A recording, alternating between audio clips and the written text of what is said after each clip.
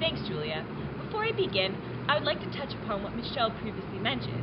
I would like to emphasize that household socioeconomic status plays a big role. Households that are better off are consuming more fruit and meat much more frequently than poor households, and in these products we find a lot of our necessary micro and macronutrients. I also want to mention that poor productivity in the adult workforce is accounted for by iron deficiency, and this leads to a loss of 2% of Afghanistan's GDP. Furthermore, the government's National Risk and Vulnerability Assessment performed in Afghanistan showed a great inability to purchase 2,100 calories of food, the considerably sufficient food intake. They noted an alarming food poverty of 45% in the country.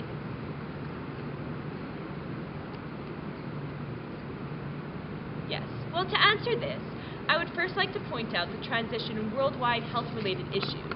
While one of the most common health challenges in the past was the high prevalences of communicable diseases such as malaria and tuberculosis, we are now seeing an increase in non-communicable diseases such as heart disease and cancer, and malnutrition plays a leading role in the development of these problems. Unfortunately, in developing countries such as Afghanistan, these challenges, as well as the ongoing presence of malaria and tuberculosis, greatly affect the ability of the country to be successful and self-sustaining. To further exacerbate the problem, the majority of funding for health research is targeted towards more developed countries, leaving developing countries in an even more vulnerable state.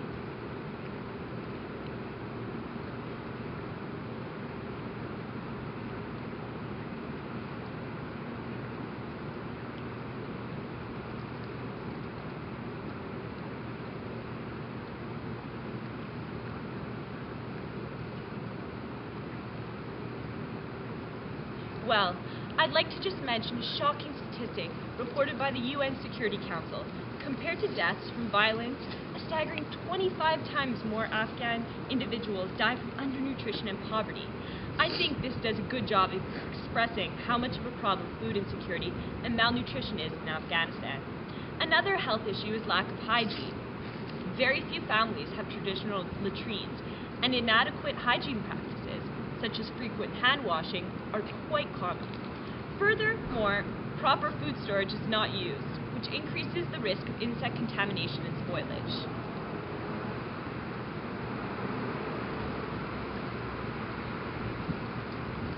Yes, over half the population is under 18 years of age, and we are one of the only countries with a higher life expectancy for men, 47 years of age, than women, 45 years of age, most likely due to our high maternal mortality rate.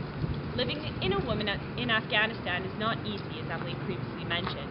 We live in a male-dominated society, and a lot of women are suffering from physical and psychological abuse.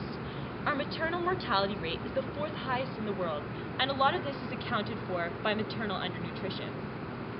In fact, iodine deficiency is very prevalent in Afghan mothers. An estimated 75% of women between 15 and 49 years of age are iodine deficient. This has resulted in the extremely low life expectancy of Afghans, with the average individual only living to be 44 years of age.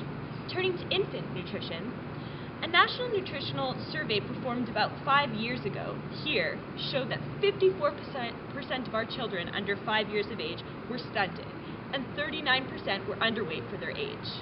This was 5 years ago, and I only expect it to be higher today.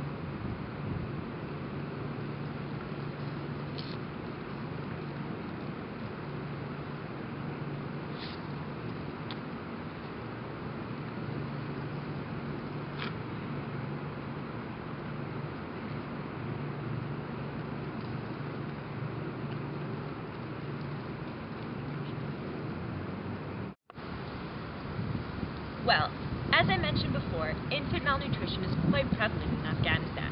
Infant mortality rate is 129 per 1,000 live births, which I have to add is a decrease from what it was in 2002, 165 per 1,000 live births. The deaths from diarrhea are estimated to be 85,000 per year in children under 5 years of age. Vitamin and mineral deficiency, I would say, are the major contributing factors to these infant deaths. I reviewed a UNICEF report on vitamin and mineral deficiency last week, and the statistics are very representative of what I see every day. About 50% of Afghan children have poor immunity due to vitamin A deficiency. Iron deficiency is accounting for a huge amount of poor brain development. Folate deficiency accounts for a lot of birth defects that I've seen. In fact, Afghanistan's goiter rate is 48% due to iodine deficiency, and this has been known to decrease the average national IQ level by 10 to 15%.